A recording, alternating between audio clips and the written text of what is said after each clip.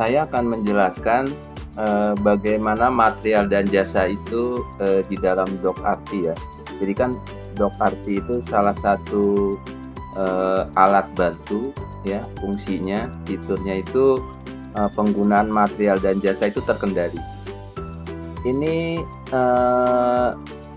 adalah salah satu halaman presentasi kami ya tentang material dan jasa. Jadi DocRT itu membantu Anda itu apa saja sih ya.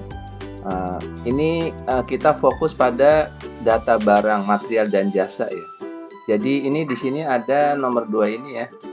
Ini kan data barang dan manajemen gudang. Jadi pertama barang itu ada di mana saja, itu inventory management ya, mudah sekali ya.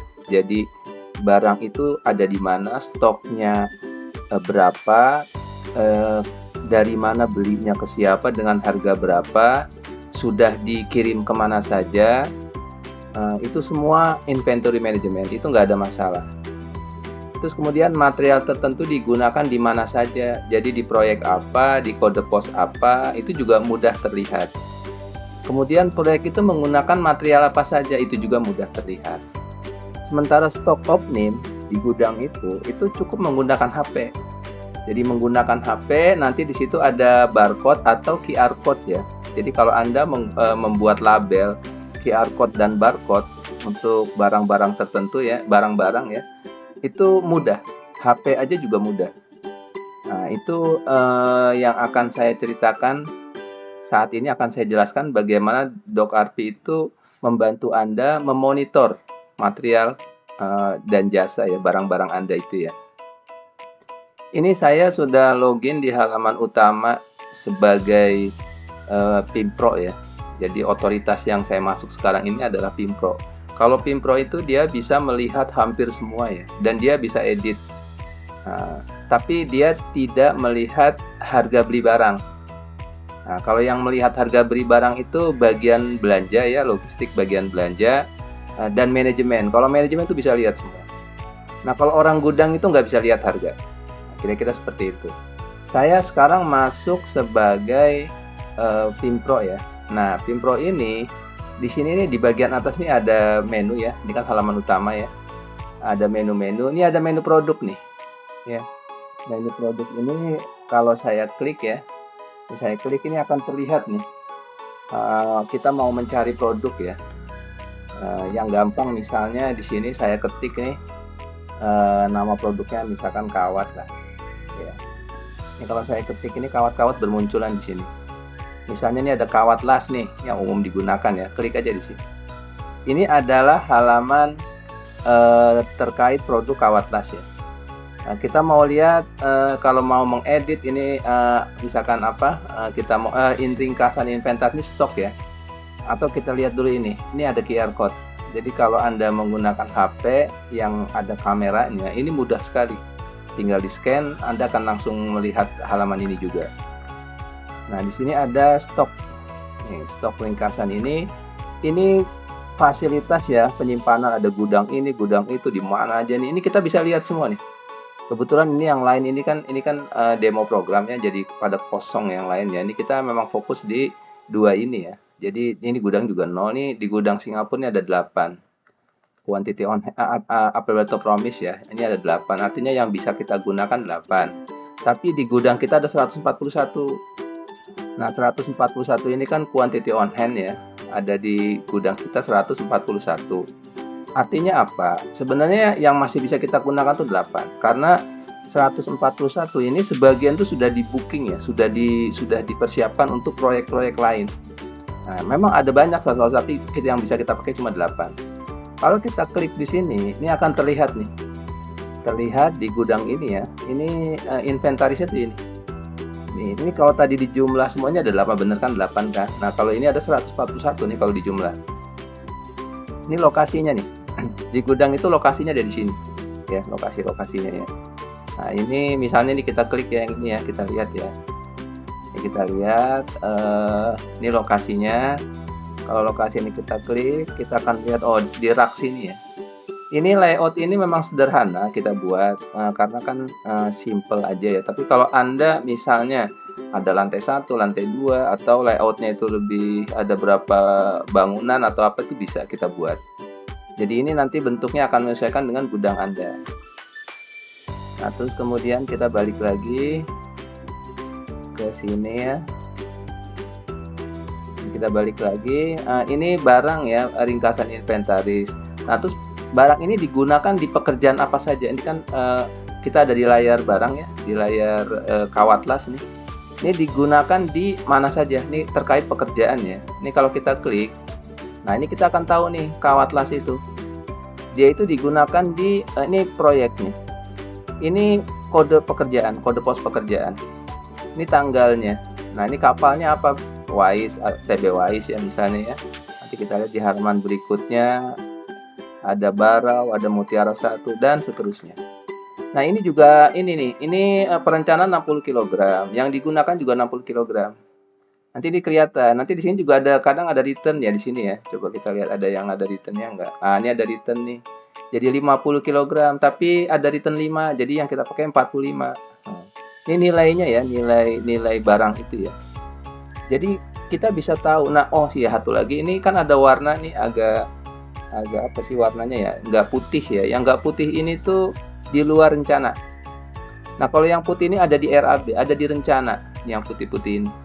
Kenapa dia ada di rencana? Kan pihak Pimpro ya membuat RAB, kemudian pihak produksi membuat perencanaan barang, ya. Terus kemudian nanti itu digunakan, ya kan? Nah, kalau yang ini itu di RAB nggak ada, tapi di tengah jalan tuh butuh gitu, dan itu sudah di approve oleh pimpinan proyek. Nah, makanya dia bisa barang-barang itu bisa dikirim. Nah, ini yang barang-barang itu bisa dikirim. Nah, sekarang kita lihat ya, misalkan kita di sini kita coba menggunakan ini scan barcode ya. Jadi ada barang yang kita mau lihat. Ini barang yang barang kita yang kita sewakan misalnya. Itu produknya itu ini kita menggunakan barcode ya. Nama barangnya itu floating dock ya, floating dock JK3. Nah, ini dia. Ini produk terkait dengan fixed aset tetap ya. Ini produk terkait dengan aset tetap. Dia ini disewakan. Nah, harga sewanya itu berapa? Itu bisa kita lihat di misalkan di price ya. Ini ada price-nya, ini harga sewa. Nah, kalau tadi kita lihat di produknya, ini produknya ini harga sewanya, terus kemudian dia digunakan di pekerjaan apa saja. Nah, ini di pekerjaan. Nah, kalau di pekerjaan ini pekerjaannya. Dia di BRR ya. 3 hari nilainya sekian 15 juta. Nah, satu lagi. Ini digunakan di pekerjaan. Kalau ini digunakan di biaya usaha. Jadi kalau yang ini kan masuk ke material jasa. Kalau ini masuk ke biaya usaha. Nah, ini masuk ke biaya usaha. Biaya usaha itu di sini ada jenisnya ya. Ada overhead, ada biaya lain-lain. Nah, ini masuk yang biaya lain-lain. Jadi dia digunakan di kapal Kumala. Ini nomor proyeknya ya. Di kapal Kumala, schedule-nya tuh dari tanggal ini sampai tanggal ini. Ini Dharma Kartika 5 ya. Ini Dharma Kartika juga. Ini Wise juga menggunakan untuk biaya umum dan administrasi gitu ya. Nilainya sekian. Jadi kalau yang produk terkait dengan aset tetap kita misalnya kalau di sini kan ini aset tetapnya itu adalah, ini kita coba lihat ya, ini aset tetapnya ya. Ini aset tetapnya itu, ini aset tetapnya nih. Jadi produk tadi itu terkait dengan aset tetap yang kita sewakan. Nah, aset tetap itu kita maintenance nih. Di sini juga ada ini ya, ada maintenance ya. Aset itu di maintenance. Kemudian kalau kita klik maintenance, ini masih kosong ya. Terus kemudian kita lokasi juga ada. Jadi ada berbagai macam, ini kalender juga ada ya, jadi digunakan kapan saja. Kalender bisa kita lihat minggu, bulan ya. Nah, ini terkait dengan aset tetap, yang kita sewakan ya. Jadi kita balik lagi ya, kita produk misalnya ya. Di sini kita klik di sini, tadi kan kita nyari di sini nih. Kemudian kita nyari di sini misalnya maju Majun ya, majun yang sering digunakan ya. Di sini ada majun kaos ya, misalkan ini ada berapa majun ya, taruhlah ini ya, yang ID-nya ini nih yang kita mau lihat. Nah, ini kita lihat dia digunakan di pekerjaan apa saja. Ini pekerjaan yang menggunakan majun ya, di sini juga ada written ya, rencana 5 dipakai 4 dan ini ya, dan lain sebagainya. Nah, kita mau lihat nih dari sisi proyek ya, ini kan proyeknya nih. Proyeknya kita mau lihat. Ini proyek, kita klik proyek, kita berada di proyek perbaikan, yaitu TB Wais ya. Nah, terkait material dan jasa itu ada dua. Yang pertama RAB, ini rencana. Ya, kita klik rencana ya, rencana material dan jasa ya. Di sini rencana material dan jasa, ini rencana semua, ini RAB semua ya. RAB, kemudian realisasi. Nah, realisasi di halaman ini nih kita lihat progres ya, kita pindah ke material dan jasa. Kita lihat semua ya. Karena material dan jasa itu jumlahnya banyak sekali ya. Kita per halaman kita melihat. Karena ini jumlahnya bisa banyak sekali. Jadi nggak bisa di satu halaman. Jadi kita buat itu per halaman. Ini kita buka dulu ya, kita bisa melihat ya. Seperti ini ya, ini penggunaan material dan jasa di proyek TB Wais di pekerjaan kode pos ini, kode pos ini, kode pos ini gitu ya. Misalkan kita lihat di halaman berikutnya, ya. Nah, misalkan di halaman ini ada banyak nih untuk pekerjaan sistem pipa pemadam kebakaran hidran dan dinas umum nih, kita ada banyak nih material dan saya gunakan. Terus misalkan seperti tadi kawat tas ya, yang tadi ya. Ini kita bisa lihat juga nih prosesnya nih, proses pengirimannya. Jadi kita kan butuh 2, kemudian yang sudah dikirim 2, sisanya nggak ada. Ini seperti ini bisa kita lihat. Nah, di sini ada proses pemesanannya nih. Kalau kita mau klik ini ya, ini kita bisa lihat. Nah, ini proses pemesanannya nih, kawat las nih. Kawat las ini statusnya sudah selesai. Terus kemudian di pekerjaan yang ini ya, di TB Wais pekerjaan yang ini ya, tadi sistem pipa pemadam kebakaran hidran dan dinas umum ya. Nah, terus kemudian ini rencana pengiriman, ini pengiriman nih. Pengiriman kita ada. Terus kemudian inventaris juga ada. Ini inventarisnya nih yang dikirim nih. Ya. Jadi kesimpulannya itu adalah DocArch itu sangat teliti ya dalam mencatat penggunaan material dan jasa. Anda bisa melihat secara gampangnya ya, stoknya berapa, lokasinya di mana, barang itu digunakan di pekerjaan mana saja, di proyek mana saja, atau digunakan di biaya usaha ya, misalnya biaya lain-lain, schedule-nya berapa, bagaimana, harganya berapa, itu bisa dilihat.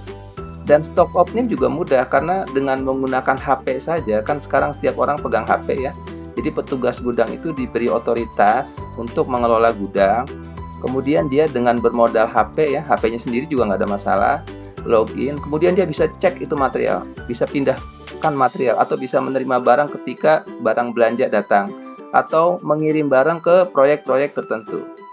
Nah, seperti itulah kira-kira ya terkait material dan jasa di dalam sistem DocArch. Jadi DocArch ini kan aplikasi untuk rencana dan pengendalian produksi ya, terutama pengendalian penggunaan material dan jasa.